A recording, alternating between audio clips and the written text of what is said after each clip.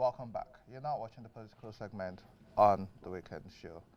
It's glad that elections are over and we have a myriad of issues affecting us in Nigeria and as a country. And for about 15 years now, the people in the northeast of Nigeria have suffered from one form of insurgency or the others. However, we have a lot of people who have come in and given their time, given their lives, given their resources to ensure that we have a country which still exists and to ensure that people are surviving, have a roof over their head, have food to eat, have sanitary conditions to be able to survive. And so we'll be talking about conflict in the Northeast and efforts ongoing in that space. Joining us on the show today, we have Abiodun Abaniwa, who is the program coordinator, Action Against Hunger, Social Protection, and Food Security and Livelihoods. Good morning and welcome to the show. Good morning. Thank you for having me. Thank you for joining us. And we also have Lynn Van Beek, who is the policy advisor, International NGO Forum. Good morning and welcome. Hello, Lynn and Abiodun. Let's start with you, Lynn.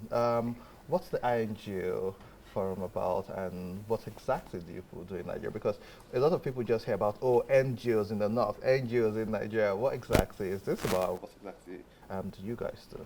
So the Nigeria INGO Forum is a platform that brings together all the international non-governmental organizations that work in Nigeria. So our primary goal is really to strengthen their collective voice, and with the ultimate goal of ensuring that the aid that is delivered is effective. In doing so, we play a crucial role in supporting the coordination of INGOs, including in the Northeast. And in doing so, we work together very closely with the government, with local organizations, and with the communities themselves, of course. Okay. So could you share what is the current situation right now in the Northeast? Yeah. So the conflict that affects the three northeastern states, Borno, Yobe, and Adamawa, is currently in its 13th year, and it has led to massive displacement with over 2 million people forced to leave their homes, livelihoods destroyed, agriculture destroyed, and just really having a tremendous impact on people's lives. You have to imagine that these are people that have endured the consequences of a conflict for 13 years, and the way that I would best describe it is aspects that are very normal for many of us. Your children going to school, going to the market, buying food, going to the doctor when you feel sick are aspects of life that are not a given for many people in this region anymore. And what I would add is that probably among the different groups that are affected in very different ways, of course, it's women and children who are particularly disproportionately affected. They are among the people that are, or they are among the majority of people living in displacement camps. They face very severe risks of gender-based violence, sexual exploitation, trafficking, and they have very little access to reproductive health care. So you can imagine that, of course, childbirth carries risks, but for women in this region, going into labor, not knowing if the child you've carried for 9 months is the child you will see grow up is a very big risk, a very big factor in their lives. So it really impacts all factors of their lives, and these are the people that we are trying to reach with the work that we do. So Abiodun, let me bring you in. It's reported that at least 1 in 8 Nigerians is hungry. And this isn't far-fetched because 2 weeks ago we spoke about the cost of living in Nigeria, which is extremely high right now. Inflation has been on the rise, and then there are high unemployment figures. And this is when we talk about Nigeria generally. Now, with your work and with what has been going on in the Northeast, which is now even filtering to other regions in the country, what has Action Against Hunger been doing, and how has that been so far? All right, thank you very much. Action Against Hunger has been in Nigeria since 2010, working in Jigawa State and Yobe states, and later in Borno State, trying to respond to the humanitarian crisis that has clouded the region, especially in Borno and Yobe State, that seems to be the epicenter of the crisis. Action Against Hunger, as our underlying work is to support fight the malnutrition and the underlying causes of malnutrition by using integrated approaches. That is by working in different sectors of water, sanitation and hygiene, nutrition and health, and enhancing food security, livelihood, mental health, and social protection in tackling the issue of hunger and malnutrition in the Northeast specifically, and also in the Northwest, like you rightly said.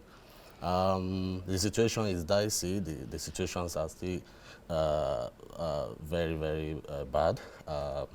A lot of people that are displaced, their livelihood have been cut off because they could no longer do what they primarily do to survive, to plant their food, to raise income, to feed their family, to access primary health care services, and all these have been depleted. So what Action Against Hunger does is to support the government of the different states, as well as to promote the response plans so that the displaced population, returnees, can have a better life to live generally.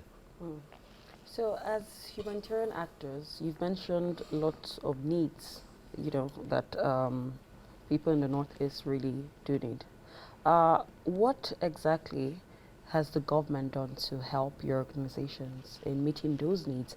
And as humanitarian actors yourself, how do you meet those needs?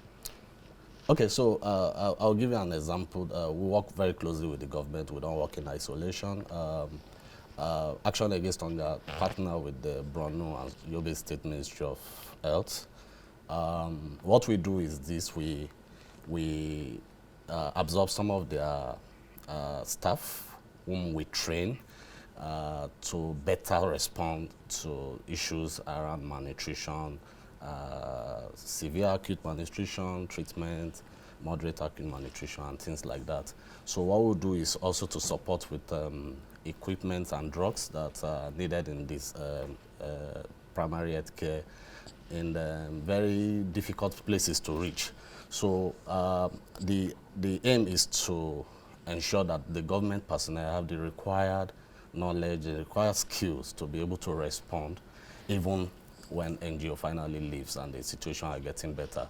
So we also do partner with other INGOs and the UN organization, of course, to supply therapeutic feeding for using to treat severe acute malnutrition among children, especially under 2.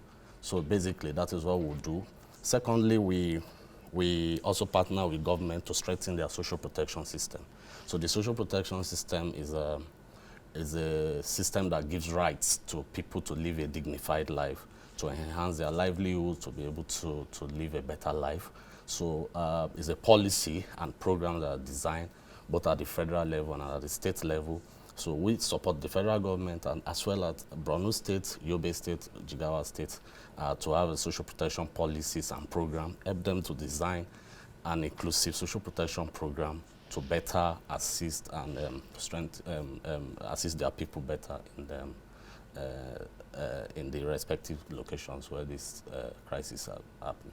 I must applaud Action Against Hunger for the work which you do, and also to be fair to the federal government of Nigeria. I know the Ministry of Budget and Planning have been doing a lot of work around nutrition and ensuring that the malnutrition stats are reducing, but this can't be easy. Lynn, what are the challenges which actors in the NGO and INGO space face while trying to fix the problems and combat the needs of the people? I would say the challenges that we deal with are multifold and complex. Of course, there's the ongoing insecurity. There's a number of access constraints that we deal with. There are funding shortfalls, and then there's, of course, just the sheer size and scale of this situation and the needs that it produces. I would say among these challenges, making sure that people that are in places that are hard to reach, and unfortunately there are quite some areas that are very difficult to reach for us as humanitarians, ensuring that they have continued access to support and to assistance is a daily challenge for us. And by doing so, because the roads are often so dangerous, we rely on helicopters to transport our staff into these locations. So you can imagine that you have entire camps for displaced people, and all the basic services, or most of the basic services in these locations, run on the availability of those helicopters. So I would say that is probably the biggest challenge that we deal with. And then probably in addition to that, with all the resources that we assign in order to reach these people, there are still many people that we cannot reach because of factors such as insecurity. Up to 1 million people are estimated to be in locations where we cannot reach them, and we don't know what their situation is. So our work is very challenging, I can say. And like you've rightly said, for about 13 years this has been an ongoing issue, and we now have displacement of bandits from the northeast that are now going to other parts of the country. But let's talk about sustainability. When you provide support for people in a community, in a state, there's the risk of them getting attached to the freebies and what you do. Are there any plans to ensure that at some point there's a wrap-up date to this? Because once we have humanitarian issues, it just becomes a lifelong project. Are there systems put in place by NGOs to ensure that the locals can take care of themselves and these solutions being provided are sustainable for them? Absolutely. I would say that the humanitarian assistance is offered to people in need wherever they are. And for as long as there is humanitarian needs, we are there to hopefully continue to answer to those needs. But I do agree with you that we have to look for sustainable ways in which people can recover and use their existing coping mechanisms to eventually be able to provide for themselves and take care of their families, like I think most of us want to do. And that's one point I would make, is that I don't think anyone wants to be dependent on humanitarian assistance. No one wants to be dependent on food handouts for 13 years. So there's also this resilience in the population and that willingness to regather their lives and to be able to provide for their families again. As Abiona also mentioned, we work very closely with the government in ensuring that they have the capacity and the resources to continue that work. We also work very closely with local organizations who often have a much deeper understanding of the culture and the context and the history of a conflict, aspects that would take us as international actors quite long to get acquainted to. And so we work very closely with those organizations in ensuring that they also have the resources and the technical capacities to sustain those operations once the international organizations move on to other conflicts. Abiola, could you share with us what is the current food security situation in the Northeast? Yeah, the situation is there, it's still dicey. There's a cadre harmonizer. So cadre harmonizer is a consensus tool used for analysis of food security and nutrition security in the Sahel and the West African region. So it's a study that portrays that presently there are 3.2 million people that are food and nutrition insecure in the Northeast, especially in Borno, Adamawa, and Yobe. And that by June, July, August, that's the period we call the lean season. That's the period between planting and harvest. This figure will rise to 4.2 million. So there will be additional 1 million people that will be added to the existing 3.2 million people that will be food insecure. So what we do generally, like Lina said, is to try to cover some of these gaps. But you need resources, of course, to cover as much as you could. So the projection gives us a better way to plan ahead and to solicit for, advocate for more funding, more support from the government and other stakeholders to see how we can better provide these services to these people at that period of time. So the situation is still there, the needs are still there, and we are doing what we can to see how we can support better.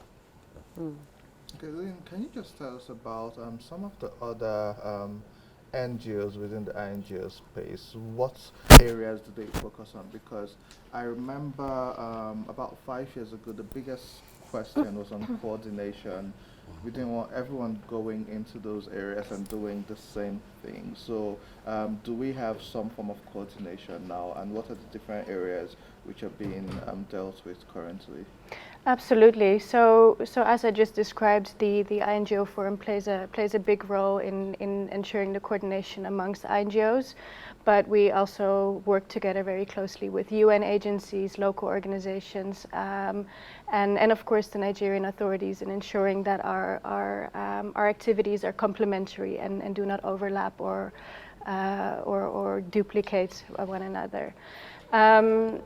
The humanitarian activities range from addressing food insecurity to tackling hunger, malnutrition, and disease outbreaks and other health conditions, of course.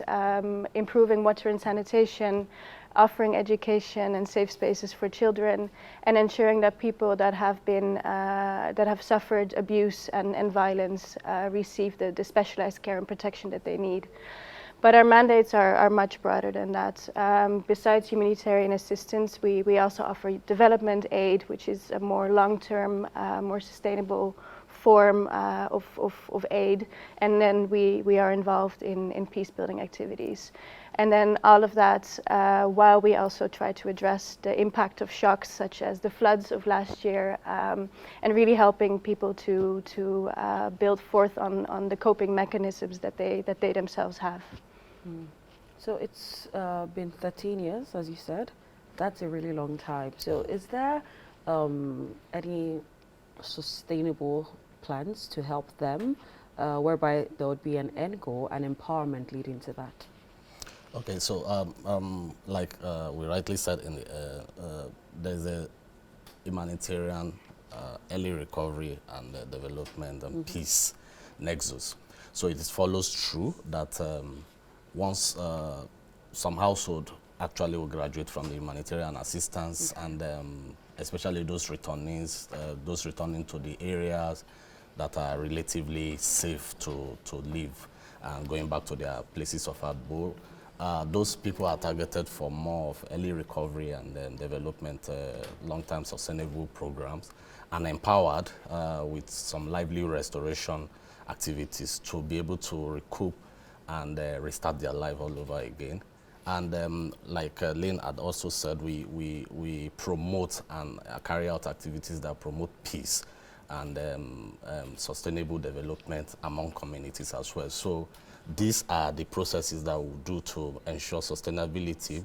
And also, lastly, we support the government with various policies and programs, best practices that have happened in similar places that have come out of natural or man-made crisis.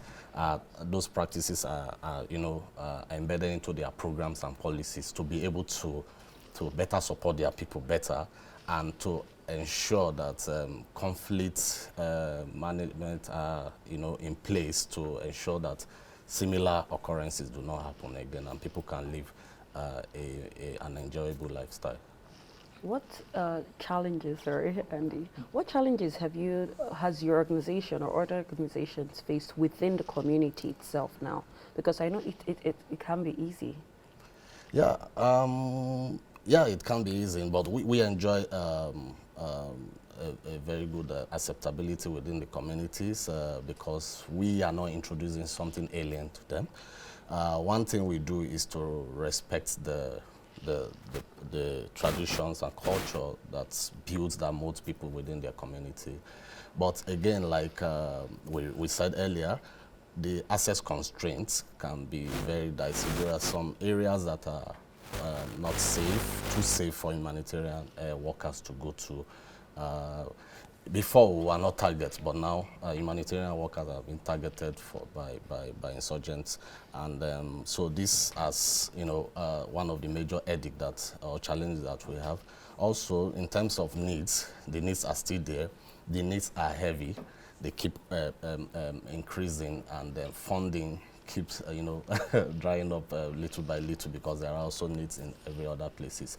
So that's also it's limiting some of our efforts to reach some of the needs that people or some of the people that are actually in need. So if we have 2,000 people within a community, for instance, and you can only reach 500, there are still 1,500 gaps that are still there. So those are some of the challenges that we face.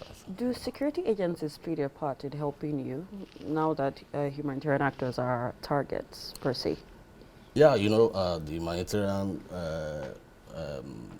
organizations, the principles that guide us, we don't take side, we're neutral, we're unbiased, we're impartial. So we give aids to those that are in need. Our collaboration with security agencies is just coordination around access and security, and that's just it. And they've been helping to ensure that humanitarian workers are protected and we are safe to carry out. So the communities are safe, humanitarian workers are safe, and everybody is able to access each other. Okay, the last question before I let you go. Promise, final question.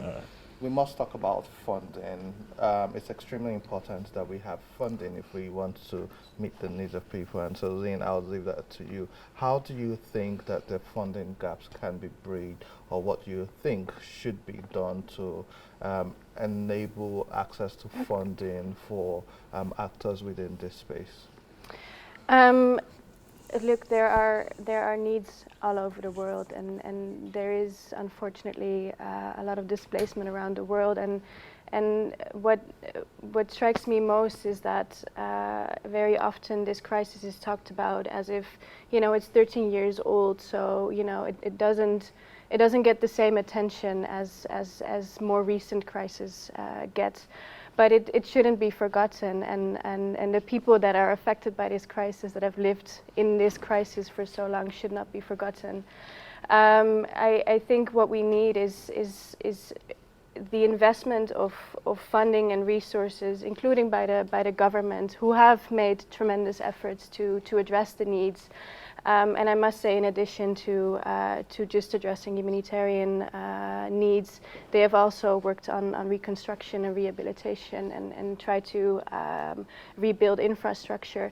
But that funding needs to be long-term, and it needs to be sustainable so that those basic services can remain and people can enjoy them again. So I would say long-term, sustainable, probably more flexible funding would go a long way. But the most important thing is that we shouldn't forget this crisis and the people that live through it.